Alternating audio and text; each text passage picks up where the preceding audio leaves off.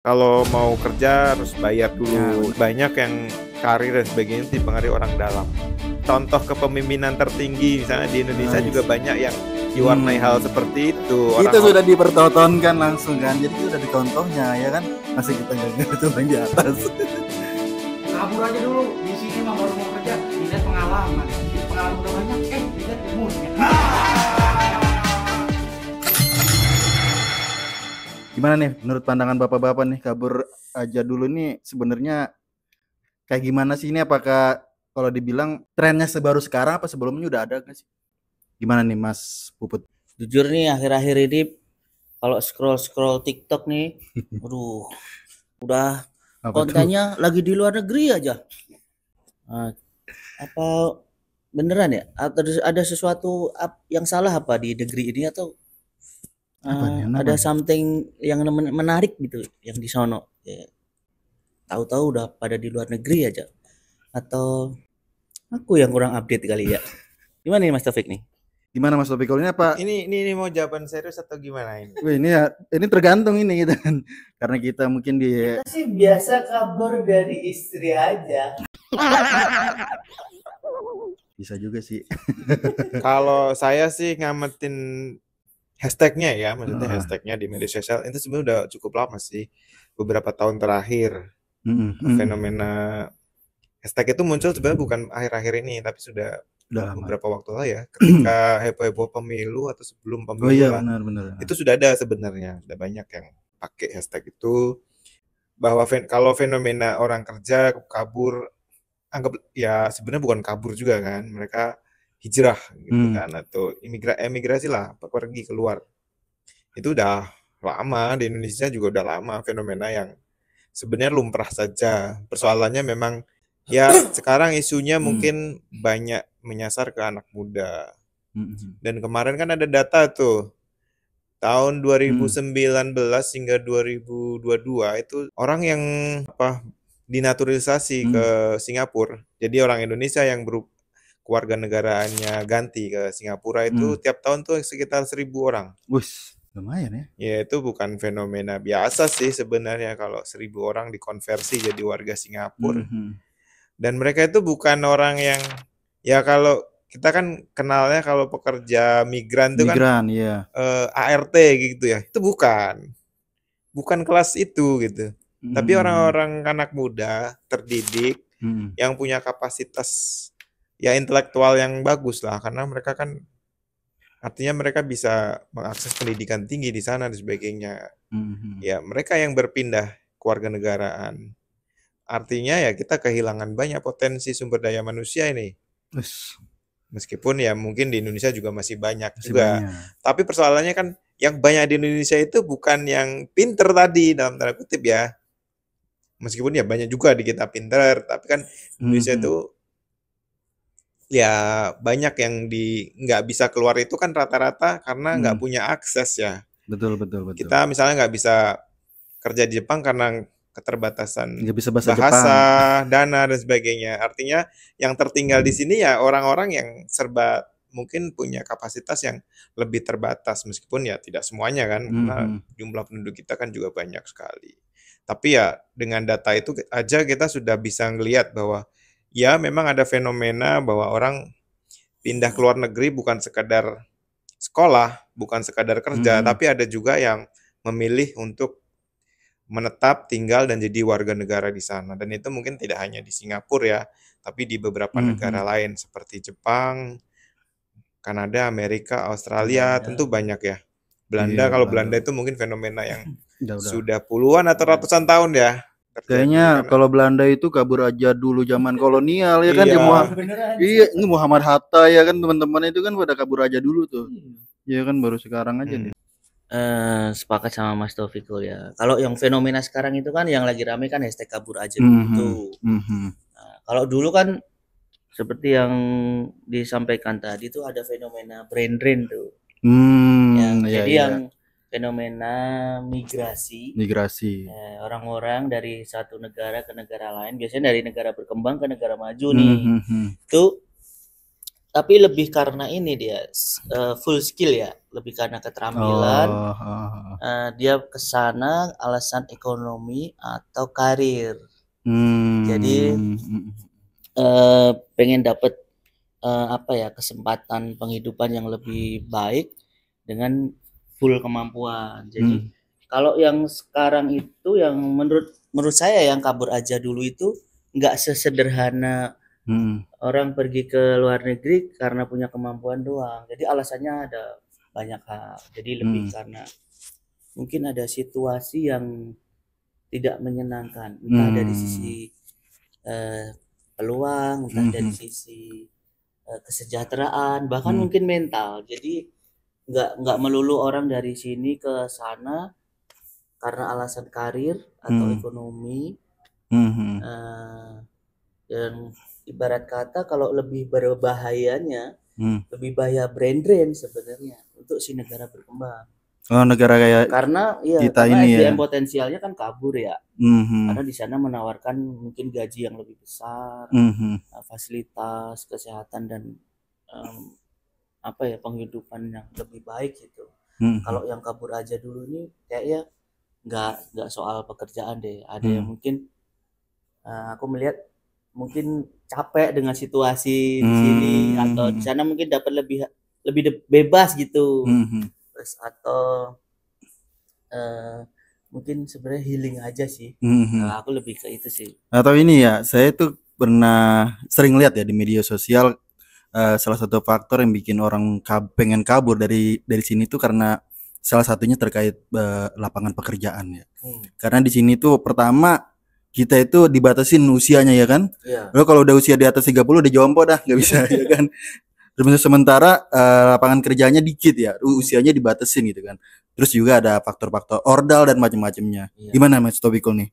Ya, itu fenomena yang memang permasalahannya memang di sistem misalnya salah satunya ya. Jadi fenomena ini kan nggak hanya terkait dengan fenomena politik ya, terkait dengan pergantian kekuasaan, nggak sekedar itu kayak gitu. Fenomenanya kan udah lama nih. Orang kerja ke Korea, ke Jepang dan sebagainya. Selain bahwa itu persoalan, memang jumlah pengangguran Indonesia itu banyak. Jumlah pekerjaan tuh ya mungkin tidak sebanding dengan jumlah tenaga kerja. Di Indonesia itu kan ada bonus demografi ya, anak-anak generasi milenial dan Gen Z itu sekarang kan di usia produktif. Tapi dunia kerja atau lapangan kerja yang tersedia itu tidak mencukupi untuk mereka. Data terbaru aja bilang bahwa Gen Z yang pengangguran itu mencapai ya 10 jutaan. Itu jumlah yang banyak kayak gitu, bukan cukup banyak tapi banyak.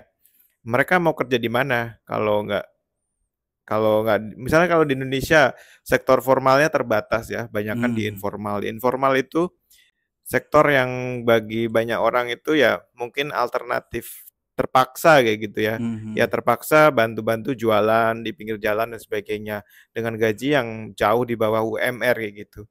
Nah, itu tentu saja memberikan tekanan hidup buat mereka gitu. Mereka mau kerja di pabrik udah ada harus, misalnya kalau di Cikarang tuh ada tren kalau mau kerja harus bayar dulu dan sebagainya, nyogok kayak gitu. Bahkan nyogoknya mungkin beberapa waktu lalu kan ada kasus nyogoknya bukan sekedar nyogok uang kayak gitu.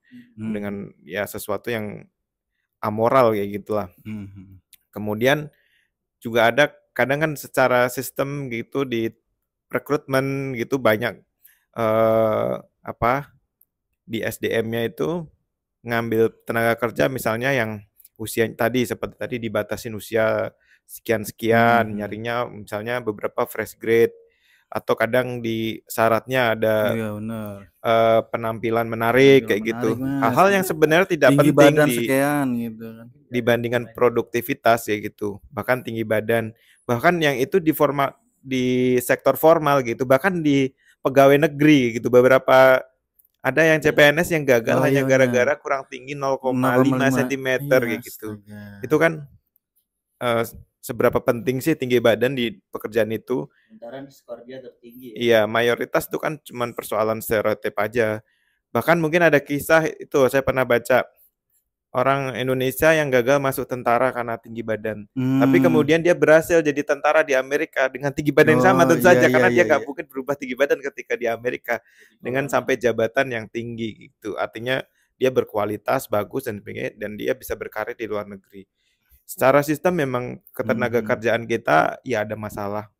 Mungkin karena memang ya itu nggak diubah karena mungkin yaitu banyak pengangguran, jadi si pemberi kerja juga merasa pede saja bahwa dengan nggak berubah ya sama masih mereka tetap di atas gitu, cukup bisa tetap pede dengan syarat-syarat yang aneh dan sebagainya. Kalau candaannya kan misalnya ada syaratnya, misalnya kalau desainer misalnya ternyata dia harus bisa yang desainer tapi harus bisa bikin animasi, bisa bikin coding dan sebagainya, kan kadang aneh-aneh gitu.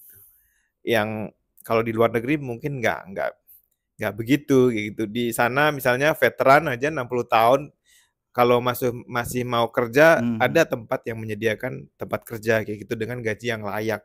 Tidak seperti di Indonesia, yaitu wacana misalnya untuk batasan usia kerja kan kemarin sudah diwacanakan tapi tetap saja ditolak dan sebagainya. Ya otomatis generasi muda kayak putus asa gitu. Ini syarat apa sih? Karena faktanya ya, fakta dunia kerja kita kan banyak yang karir dan sebagainya dipengaruhi orang dalam. Dan itu bukan hanya di dunia kerja. Contoh kepemimpinan tertinggi misalnya di Indonesia juga banyak yang diwarnai hal seperti itu. Orang-orang yang jadi ya mau nggak mau tetap jadi dipandang di panutan juga mereka mengandalkan orang dalam kayak gitu. Tolong agak di ini. Tahunnya itu agak kita sudah dipertontonkan langsung kan. Jadi kita udah ada contohnya ya kan. Masih kita nggak contoh yang di atas. Ya itu salah satu faktor pendorong saja. Tapi faktor yang lain kalau menurut saya ya kesempatan ekonomi adalah faktor nomor satu ya. Karena itu nggak hanya terjadi di Indonesia sebenarnya kan. Di negara-negara seperti Pakistan, India, ya banyak negara lah. Bahkan di negara maju ya terjadi perpindahan migrasi warganya. Seperti Jepang itu juga menurut beberapa catatan itu mereka banyak pekerja mudanya itu pergi ke Australia untuk kerja di Australia. Orang Selandia Baru itu katanya ada tahun 2024 kalau nggak salah itu datanya mereka cukup banyak ya yang migrasi untuk cari kerja. Terutama di Afrika itu juga terjadi hal yang sama. Bahkan di Eropa juga ada satu negara namanya Portugal, itu generasi mudanya mayoritas juga kabur gitu. Karena memang di negara itu ya persoalannya mirip mungkin ya, tapi tidak mirip banget lah. Maksudnya persoalannya berbeda tapi faktor pendorongnya ya salah satunya faktor ekonomi, bahwa kesempatan kerja, sistem dan sebagainya itu ternyata lebih mendukung ketika mereka keluar dari negaranya dan bekerja di sana gitu. Kalau Mas Puput gimana nih Mas? Setia dengan NKRI? Ngeri banget. Atau ada pikiran buat kabur aja dulu nih? Atau sekarang udah nyaman dah nih di Indonesia? Gimana ya sebenarnya? Saya mah biasa kabur dari istri. Ini enggak, maksudnya gini. Sempat di-spill tadi sama Mas Topiko soal usia ya, penghapusan batasan usia kan. Karena untuk misalnya di salah satu contoh ya, untuk mencari beberapa tenaga terampil atau profesi khusus gitu kan, biasanya yang lebih senior kan juga dia punya pengalaman banyak ya. Jadi jangan sampai gara-gara terbatas usia 1-3 tahun, misalnya paling tinggi 27, sementara dia udah 30 tahun, sementara dia secara skill, kemampuan sebenarnya dibutuhkan nih sama misalnya dia taruhlah misalnya kayak dokter atau bidan gitu ya. Nah, jangan sampai hanya terbatas usia, sementara dia secara skill masih sangat mungkin bahkan dia bisa transfer knowledge ke yang baru, cuman kan gara-gara usia kayak gitu. Gara-gara usia. Nah, sementara petinggi kita terlalu ini enggak ya? Kan salah satu yang dipermasalahkan di Konoha kan usia ya gitu ya. Sampai sekarang sih masih bermasalah. Harusnya kan itu juga jadi otokritik ya. Itu loh. Itu aja harusnya bisa sih menurut saya dibebaskan itu. Gak ada batasan usia. Nah, terkait soal masih mau di Indonesia atau kabur aja ya. Sebenarnya itu tergantung ini ya. tujuan alasan pribadi, karena itu pasti subjektif ya. Kalau ada banyak hal alasan. Pertama pasti Keluarga. Enggak, kalau mau keluar negeri kan pasti alasan ekonomi. Hidup yang lebih baik, atau mungkin gaya hidup di sana mungkin lebih bebas. Mungkin beberapa negara nggak terlalu ketat, terikat norma-norma tertentu. Terus secara keteraturan misalnya di sana mungkin ada beberapa hal yang lebih tertib, lebih apa ya ibaratnya ya. Ada orang yang suka lu gua nggak mau terlalu ini, ada juga kayak gitu. Nah, jadi beberapa orang pasti ada pertimbangannya. Di Indonesia pun menurut saya juga nggak melulu harus ya separah itulah. Ada di Indonesia bisa lebih dekat dengan keluarga, secara budaya atau banyak hal-hal kegiatan yang bisa kita dapat ya familiar banget lah di sini gitu. Terus alamnya juga oke. Berarti Mas Puput intinya tetap setia dengan negara Indonesia. Kalau sekarang nih ya, saya tergantung momen, waktu. Detik ini saya sih memilih di sini ya. Saya keluar dari ruangan ini, ada sesuatu yang menarik, harus keluar negeri. Kalau ada peluang ya, kenapa enggak ya? Dengan keluarga saya semuanya, kalau memungkinkan. Oh iya kan? Karena sekarang ya alasan utama saya harus di Indonesia ya keluarga. Saya sesimpel itu aja. Mas Apikul gimana Mas Apikul? Kalau misalnya ada kesempatan sekarang nih pindah negara, mau diambil nggak nih? Wah, tergantung negaranya apa nih? Saya pertimbangan untuk diambil ya. Ya, ini lebih clear ya. Saya sebenarnya kalau pertimbangan untuk keluar negeri sesuatu yang memang kalau bagi saya sudah terpikirkan sejak lama. Tapi kan dia tadi bawa akses dan sebagainya tidak memungkinkan gitu. Atau memang sebenarnya keinginan itu tidak terlalu kuat sampai saya harus misalnya nggak terlalu kuat untuk membawa saya ke sana gitu. Jadi memang sebenarnya ada keinginan seperti itu tapi bukan motivasi yang utama besar kayak gitu ya. Ya ini bukan persoalan nasionalisme ya, seperti kemarin disinggung kalau siapa menteri apa itu ya. Iya, pokoknya menteri itulah ya, pokoknya katanya kita kalau tahu lah semuanya. Kabur aja dulu ke luar negeri tidak nasionalis, tapi giliran orang sukses di luar negeri diklaim kayak gitu ya. Oh, jadi profesor di sana, oh itu orang Indonesia loh gitu. Tapi giliran dia pas waktu dulu awal kabur di apa ya disudut-sudutkan, nggak nasionalis dan sebagainya. Yaitu sesuatu yang ya respon pemerintah sendiri tidak terlalu bagus sih di fenomena ini. Padahal kan fenomena kabur aja dulu atau misalnya brain drain itu kan sebenarnya sesuatu yang berbahaya. Baik bagi ya ekonomi sekarang ataupun untuk masa depan ya. Untuk sekarang artinya banyak orang-orang pinter yang harusnya bisa bekerja optimal di dalam negeri tapi karena ekosistemnya tidak bagus, mereka pilih ke luar negeri. Kan banyak dosen yang akhirnya pilih studi di luar kemudian meneruskan bekerja di sana. Ya karena memang di dalam negeri nggak mendukung. Gaji dosen tuh berapa sih sekarang, apalagi kemarin tukinnya aja udah hilang kayak gitu, tiba-tiba nggak dikasih. Dosen demo ya kan? Kita ekspektasinya memperbaiki SDM tapi pendidikannya guru dan sebagainya dikebiri gitu kan. Ya mau gimana lagi, akhirnya mereka pilih ke luar negeri. Atau misalnya dokter sajalah, dokter kelihatannya sih profesi yang mentereng ya, tapi gaji kalau dia dokter beneran kan nggak seberapa, kalah lah sama influencer skincare abal-abal atau skincare yang klaimnya berlebihan itu, gitu kan. Dia bisa jadi kaya raya, nggak apa-apa karena kemarin sudah ditangkap sama polisi beberapa. Jadi memang pelik sih bahwa ya di Indonesia banyak kok pengamat yang bilang ya kalau buat anak muda jangan habiskan waktu di dalam negeri gitu. Artinya kalau ada kesempatan di luar negeri harus diambil. Justru harus diambil. Kenapa? Saya juga sepakat itu. Kenapa? Karena memang peluangnya ada di sana. Kita nggak usah bicara soal nasionalisme ya. Dari zaman dulu juga sebenarnya manusia itu selalu bermigrasi mencari suatu penghidupan yang lebih baik. Itu menurut saya sesuatu yang natural kayak gitu. Wajar kan. Kita misalnya, bahkan saya misalnya dari daerah ke Jakarta untuk cari penghidupan yang lebih bagus gitu kan. Ya itu kan natural ya. Itu kabur aja dulu juga. Ini dari Solo misalnya ke Jakarta atau dari Sumatera ke Jakarta untuk cari penghidupan yang lebih baik. Wajar.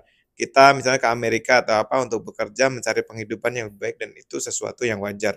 Kita nggak ada hubungannya sama nasionalisme. Nasionalisme itu kan sebenarnya ya mau nggak mau itu sesuatu perspektif.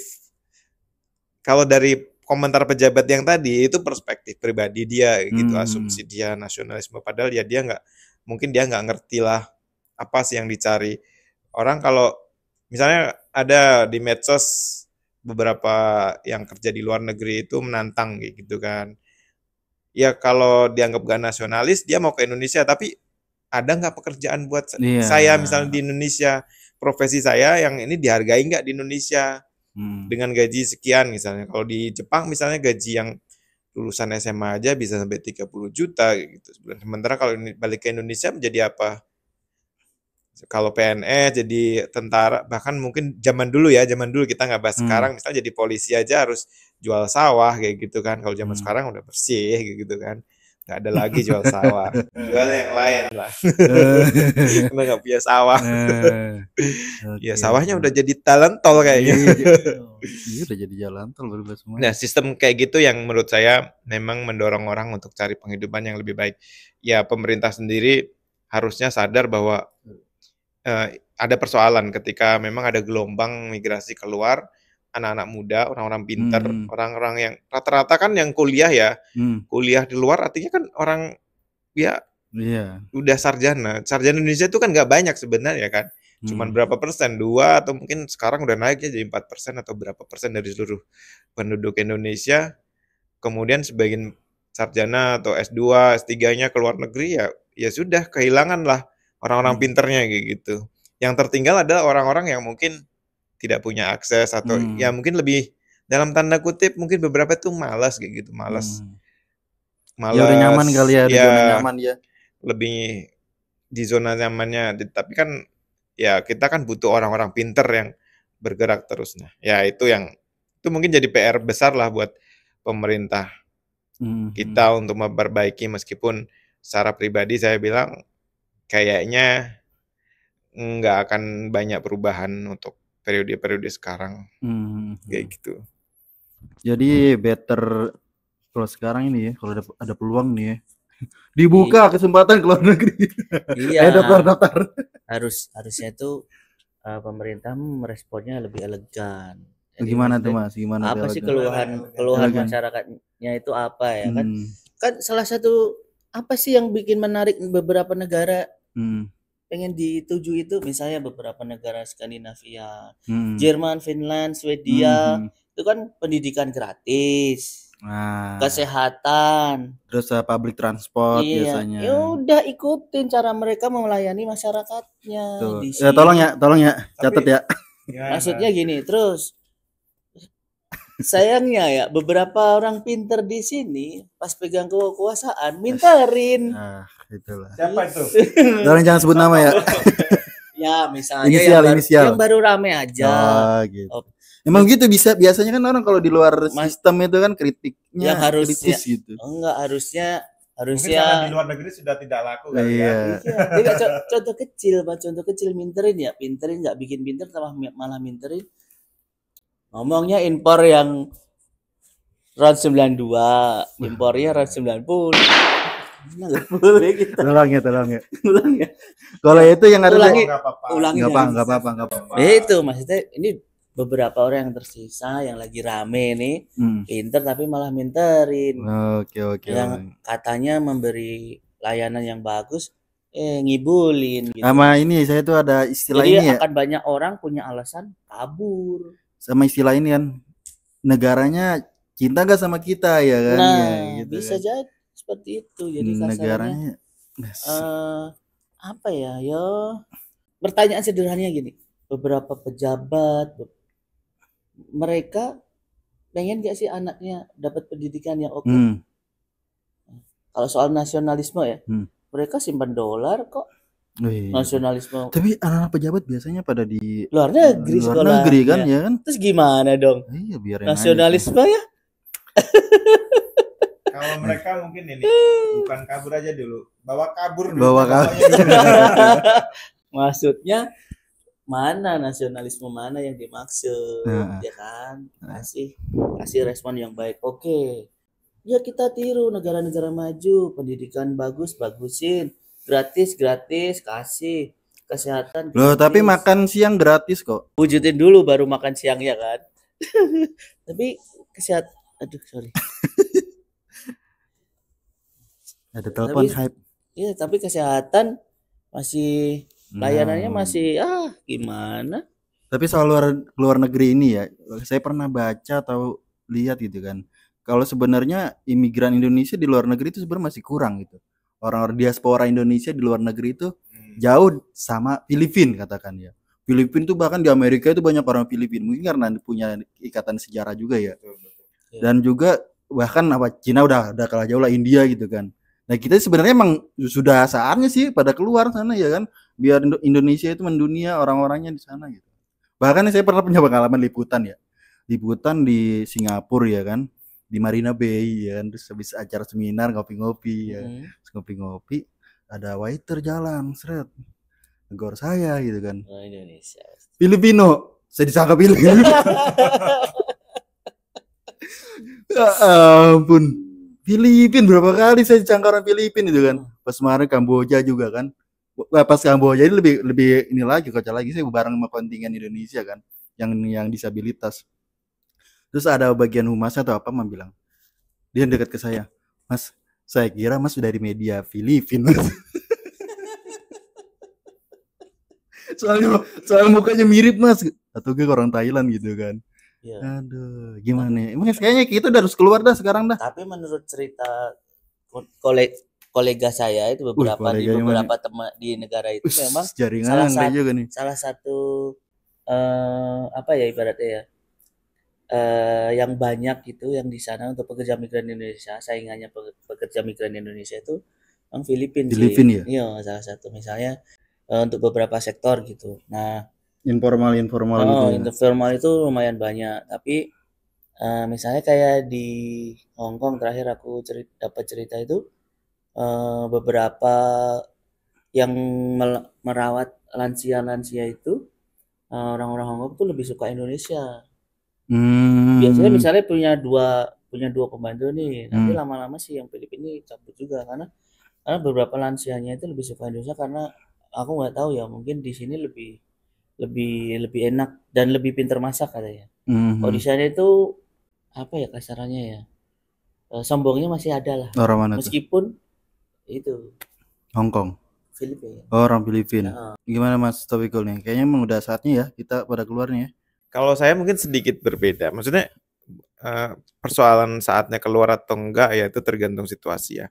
Tapi yang pertama mungkin kalau tadi dibanggakan bahwa orang Indonesia bekerja di Hong Kong sebagai asisten rumah tangga atau apa, menurut saya ya mungkin levelnya kita harus naik lah, jangan lagi ekspor pembantu seperti dulu lah. Oh iya gitu. Tapi ya sama saja bahwa ya yang kita banggakan, stereotip yang lama itu masih ada, seperti tadi dibilang bahwa ya dan faktanya memang begitu ya. Maksudnya pekerja Indonesia, pekerja kasar yang misalnya terutama diserap di Malaysia, di beberapa negara itu masih level-level pekerja kasar. Kalaupun kita mau ya ekspor tenaga kerja, mungkin ke depan kita memang harus melakukan itu tapi dengan level yang lebih tinggi kayak gitu. Agar ya mungkin salah satunya nilai remitensi yang dikirim ke Indonesia juga jauh lebih bagus, kemudian reputasi kita di luar negeri juga meningkat ya gitu. Karena kan jadi diaspora, bekerja di luar negeri itu kan tidak sekedar pekerja cari uang, tapi juga mereka itu menjadi duta bagi bangsa gitu. Ketika perilakunya buruk di luar, artinya ya tadi seperti dibilang ada stereotip bahwa orang Indonesia kalau kerja di sana ternyata lebih disukai. Ya itu bagus, artinya kan mereka membawa citra bahwa oh orang Indonesia kerjanya bagus gitu kan. Dibandingkan misalnya negara lain. Pesannya memang itu bahwa kita ya boleh maksudnya bekerja di luar negeri, memang persoalan saatnya atau tidak ya itu tergantung masing-masing ya. Tetapi ketika bekerja itu ya mereka mencerminkan sikap yang bagus untuk biar membawa citra Indonesia kayak gitu salah satunya. Dan itu bisa mengcounter yang tadi bahwa kerja di luar negeri atau kabur aja dulu tidak nasionalis. Di luar dia membawa nama Indonesia loh, kayak gitu kan. Bahkan kalau yang tadi sudah saya bilang, kalau dia sukses kan biasanya diklaim tuh, orang Indonesia, orang Indonesia peneliti di Oxford menemukan apa dulu vaksin untuk COVID dan sebegainya. Udah pada muncul dah tuh ya. Diklaim. Giliran sukses pada muncul. Ya elah kayak gitu. Giliran mau kerja di luar negeri diolok-olok sama pejabat kita kayak gitu kan. Kasian. Kacau. Tapi ya saya mungkin beberapa sepakat bahwa mungkin kita memang harus ekspor tenaga kerja, tapi tenaga kerja yang skillnya mungkin lebih bagus ya. Kita benerin seperti yang mungkin kayak ke Jepang. Ke Jepang itu kan rata-rata pekerja yang lebih skillful ya, dengan skill yang lebih bagus kerja. Bahkan mungkin yang cuman di pertanian aja pun mereka tetap harus punya skill khusus kayak gitu. Bertani di Jepang kayak gitu butuh keahlian gitu sebagainya. Dan ya nggak hanya di Jepang tapi di negara-negara maju lain kita juga harus bisa mengekspor tenaga kerja yang lebih tinggi. Kayak kita contohkan saja kayak orang India lah. Orang India itu kan mana-mana tuh ada tuh ya. Ya. India tuh juga sebenarnya mengalami apa yang kita sebut brain drain. Banyak talenta bagusnya pergi ke Amerika kayak gitu karena memang kesempatannya bagus. Di India mungkin ada persoalan beberapa misalnya persoalan kasta dan sebagainya yang masih sedikit banyak masih melekat. Tapi kan ya mereka ketika keluar dan berhasil itu kan mereka bangga gitu. Ini orang India, CEO-nya Google kayak gitu kan. CEO-nya Microsoft. Perusahaan-perusahaan besar kayak gitu kan. Iya, dan ya itu berarti kan ya pemerintah India sendiri ya tidak, kemudian reaksinya tidak kayak kita gitu menuduh orang yang keluar nggak nasionalis. Mereka tetap mengelola itu. Ketika banyak talenta keluar ya mereka tetap gimana caranya biar talenta itu juga kontribusi ke negaranya, entah remitensi, entah mungkin nanti kerjasama dan sebagainya, bisnis kan akan lebih mudah kalau misalnya ada orang Indonesia jadi CEO di Amerika, kemudian perusahaannya mau investasi di Indonesia, itu kan komunikasi jauh lebih mudah karena ada pemahaman yang lebih bagus kayak gitu kan. Harusnya begitu. Atau ini ada orang misalnya Indonesia sukses di Amerika bisa manggil orang Indonesia juga kan kerja. Iya, betul. Itu contoh sederhana dari tapi mungkin itu bukan ini sih, bukan. Mas kayak ini perusahaan-perusahaan Cina yang kerjasama di sini kan memanggil orang-orang sana kan. Iya, tapi itu dalam tanda kutip itu negatif gitu kan. Perusahaan Cina investasi di Indonesia, pekerjanya impor dari Cina. Padahal di Indonesia banyak sekali pengangguran. Itu pinternya pemerintah Cina. Nah, harusnya kita kayak gitu kan. Bisa kan? Ya, enggak. Menurutku kita nggak usah meniru yang jelek. Menurutku itu praktik yang jelek ya. Bukan begitu caranya kayak gitu. Kalau kita mau tenaga kerja kita dipakai, nggak harus dengan cara seperti itu. Itu cara yang mungkin bisa dilakukan, tapi menurut saya tidak etis ketika kamu membawa tenaga kerja dari misalnya negaramu untuk ke negara lain, di mana negara itu negara berkembang yang banyak tenaga kerja yang pengangguran kayak gitu. Itu kan kayak meremehkan kayak gitu. Kenapa kok nggak ngambil tenaga kerja di sana, memperdayakan orang di sana? Karena kan sebenarnya ini bukan persoalan nasionalisme, tapi persoalan kemanusiaan kayak gitu. Orang di sana butuh pekerjaan, butuh penghidupan. Ketika kamu invest ya hormatilah misalnya orang-orang di sana dengan merekrut mereka untuk bekerja di sana. Menurutku praktek yang lebih baik lah yang harus kita lakukan, bukan meniru kayak gaya-gaya Cina. Kita nggak perlu meniru itu kayak gitu. Kita bisa kok dengan cara yang lebih bagus. Karena menurutku Indonesia cukup banyak talenta bagus yang bisa nembus di level-level atas kayak gitu, dan nggak perlu cara seperti itu. Kalau cara Cina kan itu istilahnya perusahaan di dalam negeri dia punya uang banyak, mau invest keluar. Berarti kalau kita niru kan perusahaan Indonesia misalnya BUMN invest di Afrika gitu, bawa tenaga kerja misalnya tukang bangunannya dari Indonesia. Saya pikir itu nggak terlalu bagus atau nggak terlalu menghormati untuk negara yang jadi tujuan investasi sebuah perusahaan kayak gitu. Salah satu poin saja sih. Tapi kita juga bisa begini. Kayak saya tuh contoh misalnya misalnya orang terkaya di Indonesia misalnya punya klub di Itali gitu kan. Itu. Misalnya bisa berkontribusi untuk bawa pemain-pemain Indonesia untuk latihan di sana. Meskipun ya nggak perlu jadi rekrut juga karena itu persoalan profesional ya.